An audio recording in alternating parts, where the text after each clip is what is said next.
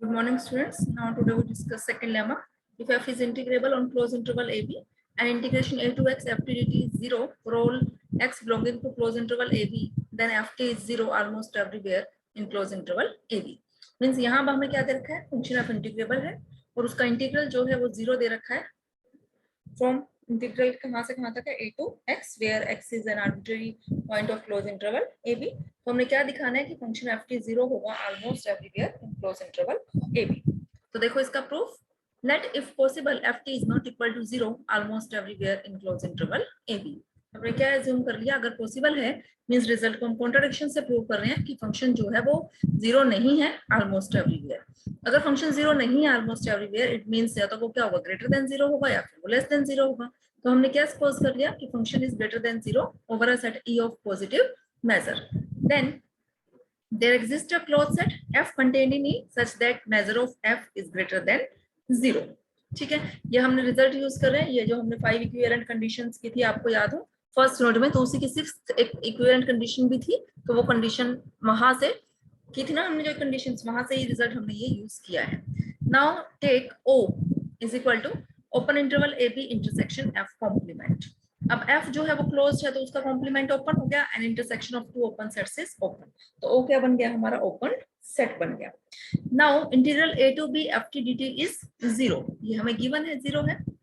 ठीक है, तो अब इंटीग्रेशन a टू b को हम कैसे लिख सकते हैं, अब O यूनियन f लिख सकते हैं.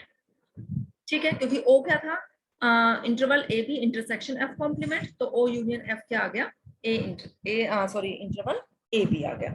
ठीक है, अब O और F डिसजॉइंट है तो इंटीग्रेशन को हम सेपरेट कर सकते हैं, मींस प्लस साइन के साथ हमने कर दिया.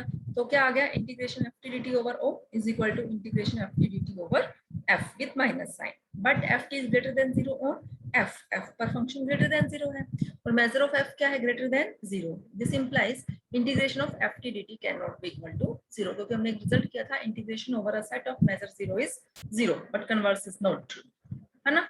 तो f के ओवर इंटीग्रेशन अगर नॉन जीरो है तो इसका मतलब o के ओवर इंटीग्रेशन भी नॉन जीरो है, क्योंकि दोनों माइनस साइन के साथ का रिलेशन है इन दोनों में.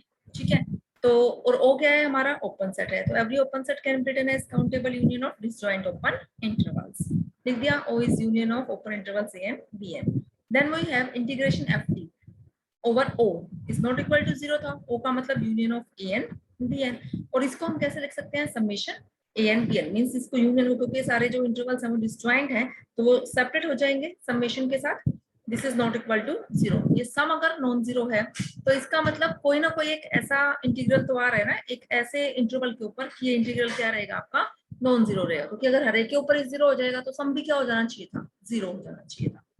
अब देखो हमारा क्या नॉन जीरो है, integration F T on interval A N to B N. अब देखो हमने इस A N to B N को कैसे लिखा, हमने A to B N minus A to A N. अगर इस इंटीग्रल में से ए टू बी एन में से हम ए टू ए एन को सब्ट्रैक्ट करेंगे तो क्या बचेगा, integration from A N to B N. हमने इसको ऐसे ही लिख लिया.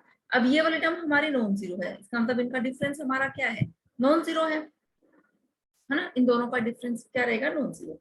तो इसका मतलब क्या है, either integration A to A N is non zero या फिर integration A to B N is non zero. कोई ना कोई तो इसका मतलब उसमें क्या है, नॉन जीरो है ना. ऐसा तो नहीं है कि दोनों ही क्या है, जीरो. अगर दोनों ही जीरो हो जाएंगे तो उनका डिफरेंस नॉन जीरो कैसे होगा, तो जीरो ही हो जाएगा.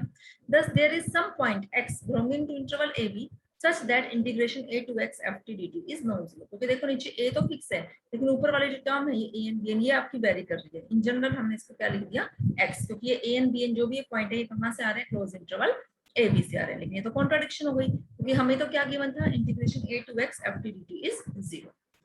क्लियर है. सिमिलरली अभी तो हमने जो रिजल्ट प्रूव किया है वो क्या एज्यूम करके किया है कि फंक्शन f जो है वो पॉजिटिव है.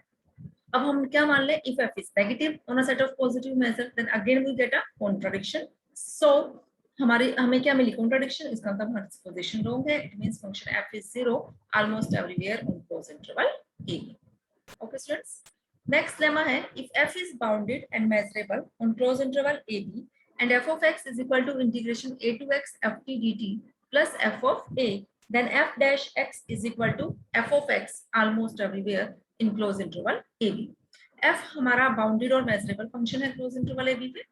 और fx को हम कैसे लिख रहे हैं, integration a to x f t dt plus f of a। तो हमने क्या दिखाना है कि इसका derivative f dash x is equal to f of x almost everywhere in close interval a की हमें प्रूव करना है। अब हमें फंक्शन क्या गिवन है, बाउंडेड और मेजरेबल, और जो भी फंक्शन बाउंडेड और मेजरेबल होता है वो क्या होता है, इंटीग्रेबल होता है। तो लेमा 1 से अगर फंक्शन f इंटीग्रेबल है तो जो उसका इंडेफिनिट इंटीग्रल होगा, इस कैपिटल F कैसा होगा, वो continuous function of bounded variation. अगर फंक्शन f बाउंडेड वेरिएशन का है तो उसका डेरिवेटिव एग्जिस्ट करेगा ऑलमोस्ट एवरीवेयर। ये रिजल्ट हम ऑलरेडी प्रूव कर चुके हैं। Now since function f is bounded, bounded की हमने डेफिनेशन लगाई, so there exist a constant k greater than 0 such that mod f of x is less than equal to k for all x belonging to closed interval ab. Now let us define f n x is equal to, अब हम f n x define कर रहे हैं, ये step आपको ध्यान रखना है। क्या डिफाइन किया, f of x plus h minus f of x divided by h, ये डिफाइन किया। h क्या है, where h is equal to 1 by n, where n belonging to set of natural numbers. Now this is equal to, अब यहाँ value put करते हैं, 1 by h common, f of x plus h क्या बना, integration a to x plus h, और f of x क्या बना, integration f t dt from a to x. Now this is equal to, अब ये a to x plus h में से हमने a to x सब्ट्रैक्ट किया तो क्या आ गया, x to x plus h आ गया हमारे पास। Now taking mod on both side, mod ले लिया हमने, mod integral is less than equal to, हमने यहाँ रिजल्ट यूज किया इंटीग्रल mod, ये स्टेप तो एज इट इज लिखा हुआ है, mod integral is less than equal to integral mod, and mod ft is less than equal to k because function f is bounded. Now k is independent of t, integration से बाहर constant है क्योंकि k, तो k by h integration dt from k x to x plus h, इसको integrate करेंगे तो क्या आएगा t, लिमिट्स पुट करेंगे तो x plus h minus x, x to x cancel, क्या बचेगा h, h से h कैंसिल, क्या आ गया k, means mod fn x is less than equal to k for all x belonging to closed interval ab and for all n. Now taking limit n tending to infinity, fn x is equal to, fn x हमने define किया था starting में, f of x plus h minus f of x divided by h. Now limit h tending to 0, क्यों, क्योंकि n और h में जो relation था वो रेसिप्रोकल थे एक दूसरे के, तो अगर n इन्फिनिटी को टेंड करेगा तो h हमारा 0 को टेंड करेगा। और ध्यान से देखो ये किसकी डेफिनेशन है, f dash x की, लेकिन जो f dash x है वो एग्जिस्ट कर रहा है ऑलमोस्ट एवरीवेयर, तो ये क्या हो गया, this is equal to f dash x almost everywhere.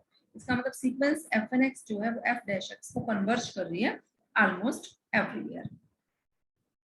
ठीक है, now let's see the any point of close interval ab, see हमने कोई पॉइंट ले लिया क्लोज इंटरवल ab का, then by bounded convergence theorem. अब बाउंडेड कन्वर्जेंस थ्योरम हम इस पे अप्लाई करना चाह रहे हैं। बाउंडेड कन्वर्जेंस थ्योरम में हम क्या बोलते हैं, लिमिट और इंटीग्रेशन साइन जो है वो इंटरचेंजेबल है, तो limit integral is equal to integral limit, और इसकी लिमिट क्या है, f dash x आई हुई है, ये हम दिखा चुके हैं, इसको हमने रिवर्स करके लिखा, या integration a to c f dash x dx is equal to limit n tending to infinity integration a to c fn x dx.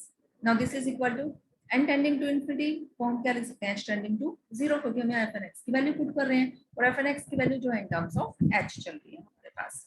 ठीक है, अब ये 1 by h इंटीग्रेशन से बाहर, इंटीग्रेशन में क्या आ गया, f of x plus h minus f of x, integration a to c, separate करके लिख दिया हमने इनको।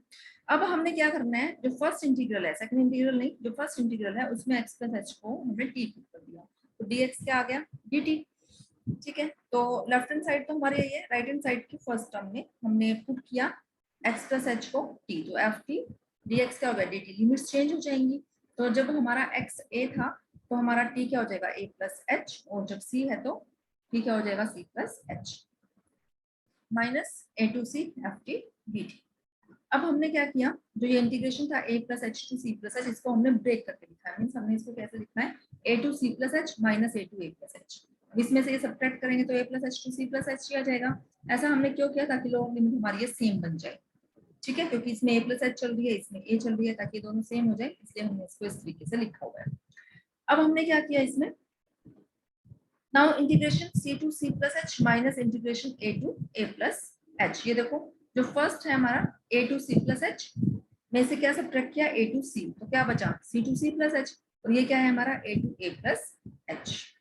फंक्शन f कैसा है हमारा, कॉन्टिन्यूअस फंक्शन है, ये हम ऑलरेडी बता चुके हैं। So limit h tending to 0, 1 by h integration f t dt is equal to limit h tending to 0 f of c plus theta h, and this is equal to f of c, and limit h tending to 0, 1 by h integration a to a plus h f t dt is equal to limit h tending to 0 f of a plus theta h is equal to f of यहाँ हमने result use किया कि function F जो है वो continuous function है, continuity की हमने डेफिनेशन यूज कर ली। ठीक है, एक बार हमने किस किस पे यूज किया है, एक फर्स्ट इंटीग्रल पे भी यूज की, सिमिलरली हमने इसको सेकंड इंटीग्रल पे यूज किया है।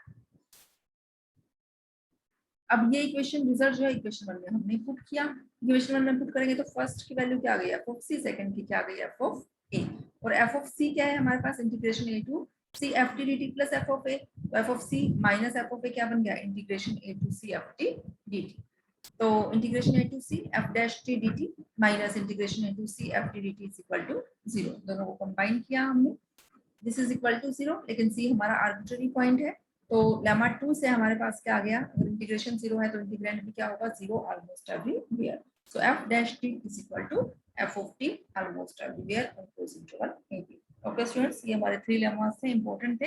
नेक्स्ट हम जो करेंगे fundamental theorem of integral calculus, उसमें ये हमारे लेमास जो है वो यूज करेंगे, बाकी हम नेक्स्ट लेक्चर में